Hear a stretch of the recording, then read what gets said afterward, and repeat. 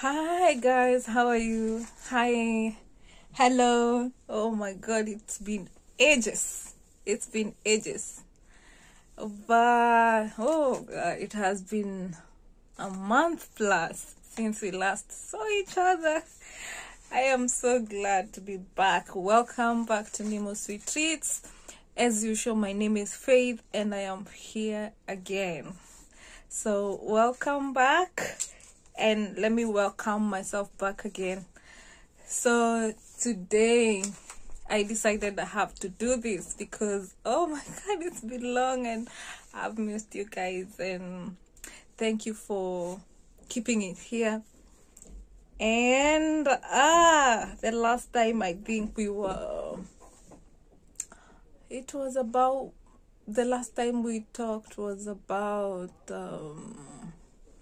when I was coming to work, and thankfully it's been a month of adjustment, and finally I am able to do a video once again, and I hope you can see me clearly. So let's do this, guys. Let's do this. Today I am going to tell you life in the ship. I am currently working with the Royal Caribbeans, and how it is working in the ship. This is my own experience. It doesn't have to be anybody's else's experience. So I am talking about my own experience in the ship so far in the 1.5 months I have been here. So keep it here. Let's share the experiences. Let me tell you how it has been. And the reason I have been away for so long. I know, guys, you've been waiting to hear. So yeah, I have noted down some points of which I'm going to read out as time goes by. So I am going to tell you how life on board means as a crew, because now I am a crew member of the Royal Caribbean in the ship. Okay, let's start. What it is to work in the ship. What is a ship? Let me just say it's a town or a mall. Yeah, a mall is a better word. It's a mall. It's a floating mall.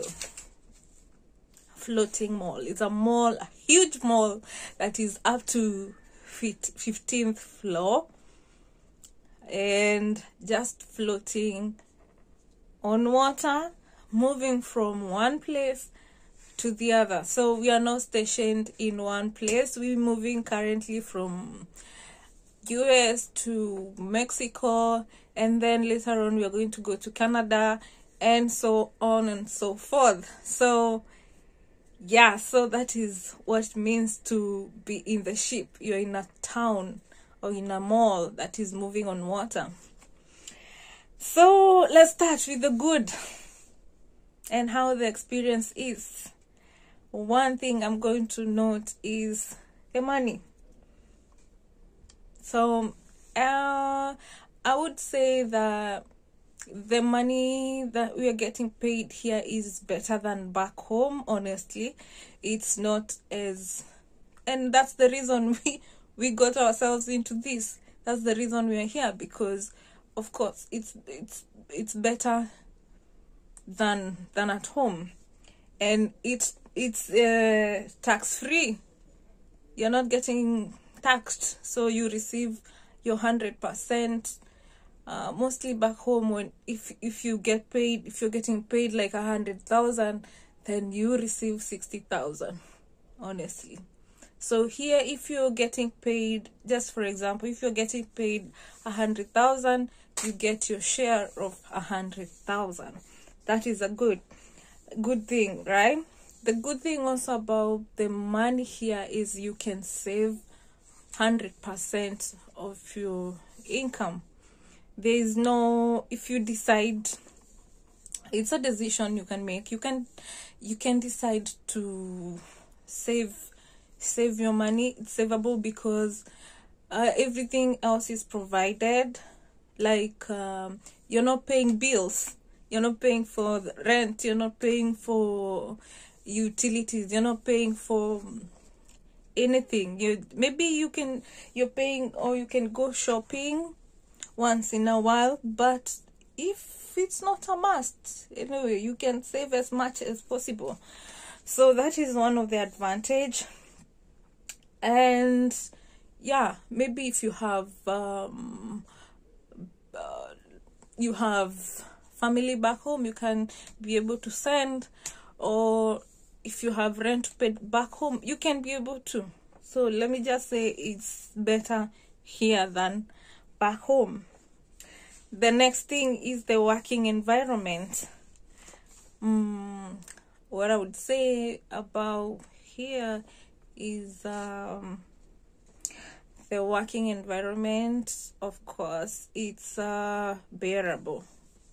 By bearable, I mean that you might not even know your supervisor, not yours, but any other supervisor. Let's say you're working in the kitchen or in the galley.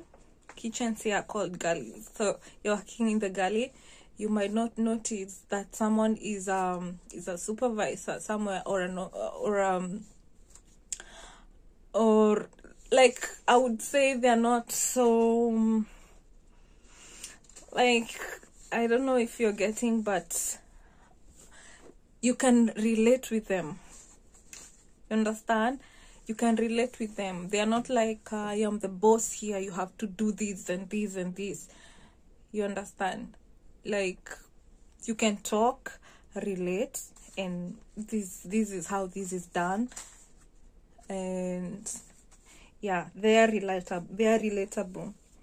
Also, the matters, like if you have an issue, the matter is handled by the relevant authority. Well, like say the HR. Back home, I used to see the HR and you fear and you think they're unapproachable. Yeah, here the HR is so friendly. You can talk to them, you can tell them anything. They know why they are not there for to diminish you. They are there for your best. I know you understand. They are there for well-being. So they handle the matter as well. Also, as long as you do your job, no one will ask you a question. Also, something I like in our department is the teamwork. We work mostly as teams. You don't leave other people working and you just leave or if you see someone is struggling with something and you can help, you just help. So there's a lot of teamwork, especially in the galley. I don't know about the other departments, but I am talking about my own department, which is galley. The other thing is free time. Do we have free time? We only have free time when you're off duty. First of all, we don't have off days. So right now is my free time. I am using this free time to make this video. But we work 7 days a week. That means you don't have an off day. In my department also, it's not I'm not talking about other departments because I am not able to talk about them, but maybe the officers and those other higher staff, they might be having off days. But in the galley, my department, we work 7 days a week, so no off day. The only time you get off is when you're off duty, and that is like you're supposed to work for 10 hours. Nobody is supposed to work more than that. If you work more than that, then that is overtime and you're supposed to be paid for that. So if you work more than 13 hours, you're violating a law in the US. so it's not allowed to work more than that. So that's the only time you get free time when you're off duty. Either you sleep, you can choose to do whatever you want when you're out of duty, and like whatever you want. You can do laundry, you can go party, you can go watch a movie, everything is available. So you can decide to do whatever you want with your free time. You can sleep. Most of the time I'm in my bed because I know the next shift is gonna be tough, so I take my time to sleep. Then let's say when the ship docks, that means when we arrive in a place, maybe in Mexico, in the US. So if the ship docks, you have the privilege of going outside the ship, go out, see the sun, go shopping out there. In Mexico, in the US, you can just go anywhere when the ship, you have the privilege, like the guests. That's the advantage of maybe the adventure, the advantage of the ship, that you are able to be adventurer. You understand, you can go out and have fun, buy stuff, see the places,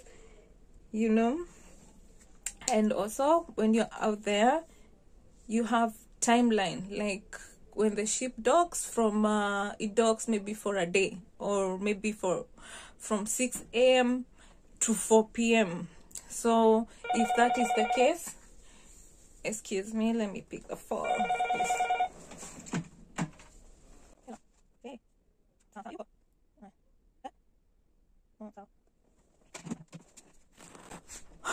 Sorry about that. So as I was saying, if the sorry, I got distracted. Okay, I was saying if the ship docks maybe from 6 to 4, that means all crew members should be in the ship by a certain time. Let's say 3:30 should be in the ship. So if you get late when you're out there, you might be left by the ship.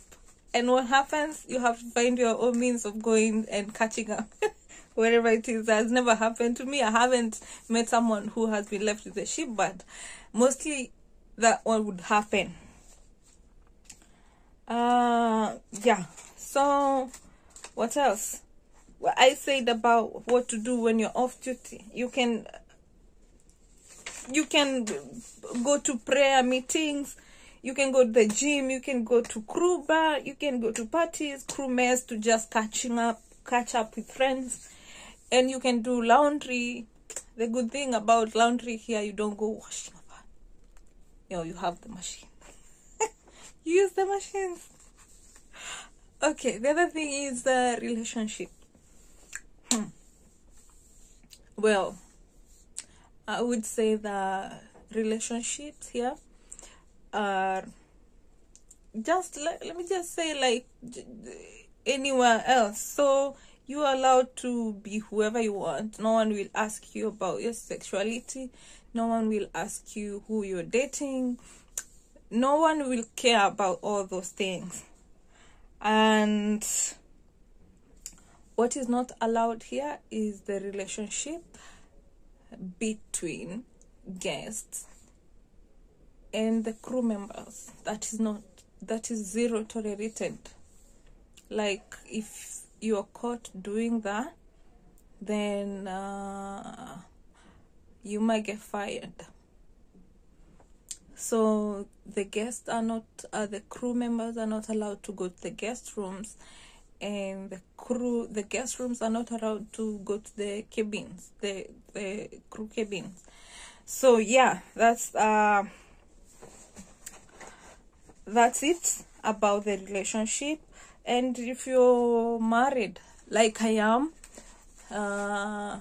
and you're working in the ship, you can request, you're both working in the ship, you can request to be put in the same ship like we did. So I am here with my husband, luckily, and we are working in the same ship because we requested to be put in the same ship. And you are put in the same cabin, you also have to request. So it is possible to work in the same ship with your husband or wife. So yeah, life is better when you have your partner here. Also, the other thing is the living condition. We live in cabins, small rooms with all the amenities. Like you have TV in your cabin, you have phones in your cabin, you have bathrooms, of course, you have wardrobe in the cabins, you have fridge in the cabin. So you have entirely everything in your cabin, just like home. It's only that it's just small, it's smaller than home. So you don't have the privilege of stretching your hands, your legs on top of sofa sets. But anyway, it's comfortable, it's okay. We are not here to settle down, we are here to look for money. So yeah, it's okay. We can complain about the cabins and the, and just that they are a bit controlled. They are a bit controlled. Like there are things you can't keep in the cabin. Like you can't bring food. You can bring drinks and all, maybe your soft drinks and anything that you take in your cabin, in your fridge, but you're not allowed to bring food in the cabin. Then so it's just considered a home away from home. So you're supposed to keep it clean and just like the way you live at home. So it's your home away from home, so you keep it as homely as possible. The other thing is cultural diversity. You will meet so many people here from all over the world, and people have different personalities, have different languages, but one thing for sure is that everyone here, or most of the people that I've met, they are very friendly. So what happens is that when you meet someone, you just say hi or you just smile, and yeah, that's what happens. We meet in the corridors, we say hi, with everyone.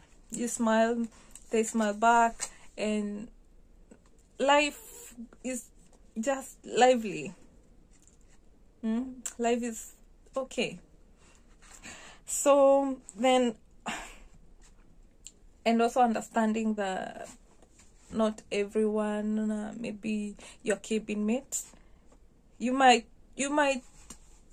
one way or another have differences, but it's always wise to be, to dialogue and communicate your likes, your dislikes. If someone does something to you and you don't like it, it's appropriate just to tell them, I don't like this. Like, be openly, just be open. So, and learn just to be patient with everyone, because all of us are coming from different backgrounds, and understanding that not all the time you're right, not all the time that someone is right. Be able to live with each other. Then peer pressure, that's another point. Peer pressure, oh my god, peer pressure lives here. Peer pressure lives here. But what we need to understand, or what I understand is, when I was coming here, I came here as an individual. I came here alone. I came here for a different purpose, or maybe my own purpose. I came here for a reason, and so is everybody else. So I do not have to do whatever everyone else is doing. I don't have to, hey, we are going this way, so we all move this way. Today is like this, so we're all going this way. No. For me, I understand that this is my stand. There are things I can't do. There are things as a person, I cannot do. I cannot tolerate. So in that case, I am able to just live according to my own standard, not according to every person's standard or majority, because honestly, peer pressure can change you or change to someone. You might end up being someone else that is not you. So it's good to have a stand. And if you associate with yourself with the wrong group, then you turn up to be the same. And the other thing is friends. You will get so many friends here. You just choose wisely who you want to be associated with, and it's not a must. You can also choose to stay alone. It's not a must. So for me, I see like friendship is not really a necessity. I don't have to have just say this is my best friend, or because I also don't have so much time. The only time I have is to spend with my husband, to spend, or just to be at work, or just sleeping, or watching movies. So I don't have much time for friends or going out with my husband. So most of the time I am from work, I'm with my husband, I am watching movie, I am asleep. So that is my schedule. So I don't have so much time for friends. We can catch up maybe at work, but that's it.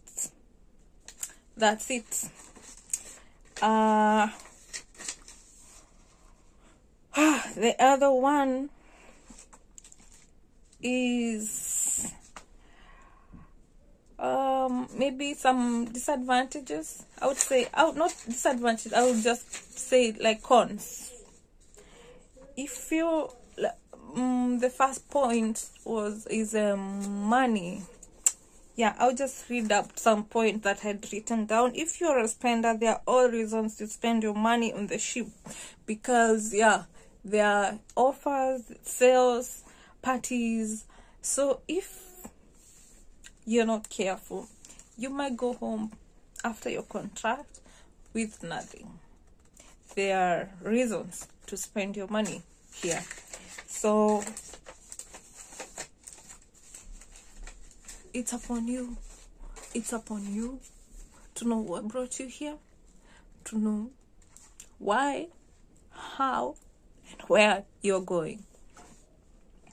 So the other thing I find like a con is expectations. Mostly let me start from the people on board, or maybe friends on board. Let me just say, people expect you to maybe move in a certain way, go in a certain way, do certain things because they are done by everyone. Let's say for example, people are going for a party. You don't want to go for a party. So the expectations, people ask you, why didn't you turn up for a party?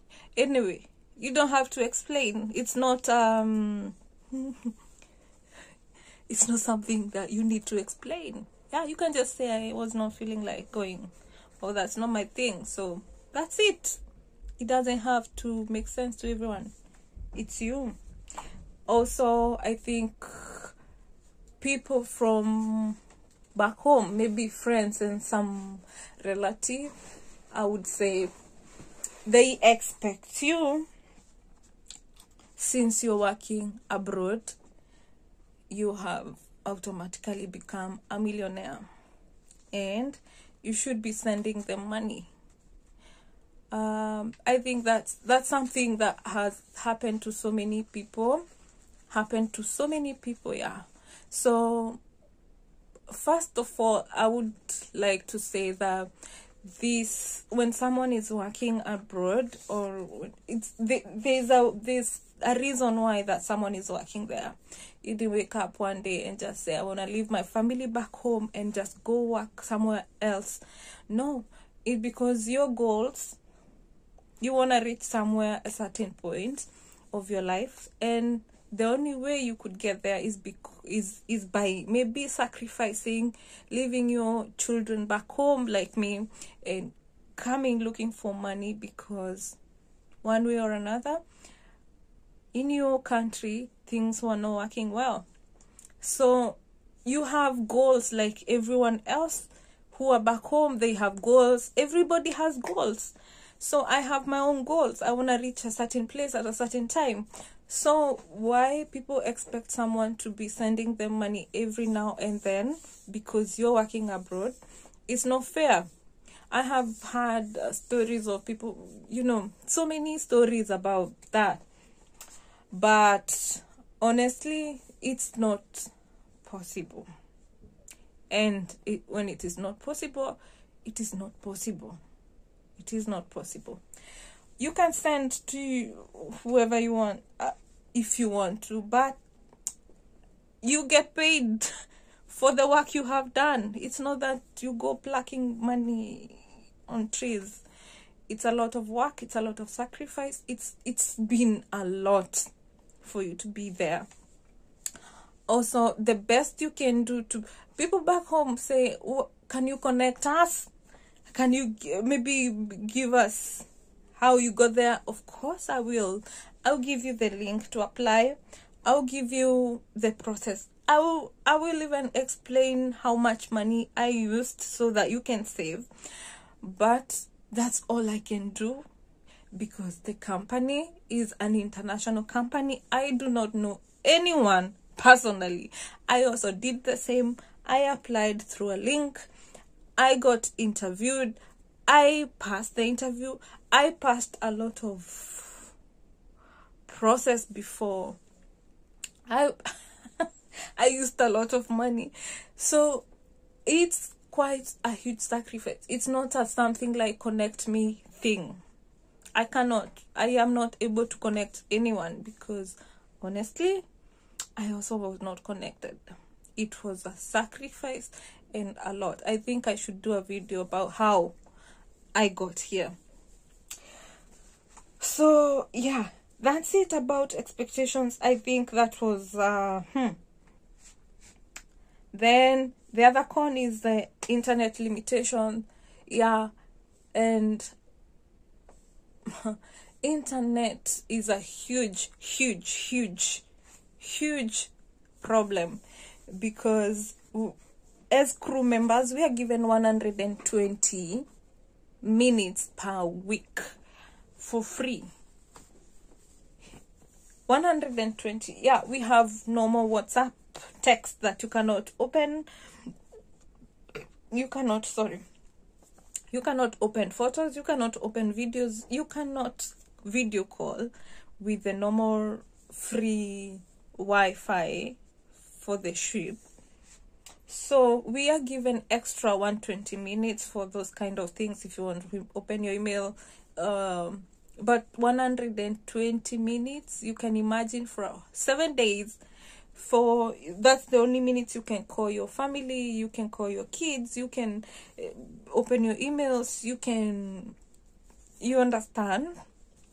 So there's so much limitation because I think whatever is used here is satellite connection, and it's very expensive. So I think that's what the ship can manage for us crew. And we appreciate, by the way. It's okay because we manage. So, again, another one is no luxuries like back home. I would say, like I had said, the cabins are small, so you have no privileges of stretching your legs on top of the sofa set and all those kind of things. You also don't have a privilege of going everywhere, anywhere you want, every time. So, and again, I don't want this video to be long, so I'm gonna the other thing is monotonous life. Yeah, so you are working, the only thing you can do is go to work, wake up, take a shower, go to work, come from work, go to lunch break, go back to work, go on break, go back to work, dinner break, then after that go back to work, then you're out of work, and now you have to sleep again until tomorrow. So the monotonous life, that's it. Maybe once that's why we normally like going out when the ship docks, because you need to freshen up your mind and see places, because that life of just work, sleep, work, sleep, work, sleep, also I think it's not good for your mental health. You can also go, I prefer going to the gym as well, because there I find some mental solace. So I am in the gym and I'm feeling better. Oh, okay. Other things are like expensive services and inaccessible services. Like, you see, my hair has been like this for a month now, and I am not in a rush to undo it, because who will do your hair? Who will do your hair? How much will you pay for your hair? You understand? So that is very expensive to do your hair and maintain that kind of, because I know you know what I mean. Barber shops are expensive. Doing hair, your hair is expensive, so you just prefer to do your nice and stay with your overgrown hair. But still, nobody will care. Nobody cares. It's good to look nice. The good thing about us is that we wear a hat at work. So I just wash my hair and I am good to go to work. And where's the head hat, yes, and go to work. So I want to end this video here. I hope it has helped. If you have any question about anything, please leave it down below in my comment section, because I am going to check the comment section. I hope it has helped, especially if you're planning to come and work in the ship, and especially if you've been wondering how it is to work in the ship. So those are some of the things that I have experienced myself. Those are the things that I have thought of. In case of anything, please ask down below. Do not hesitate, and please remember to subscribe. Remember to like, please. This means a lot to us. So again, this is Nemo Sweet Treats, and I love you all, and see you in my next video. I can't promise when I will post the next video, but honestly, I will try to do more videos now, and especially the sit downs, because I have a lot to talk about. And also I will try and take some videos for you out there and see if I will manage. And see you in my next video. Bye bye. I love you. Mwah.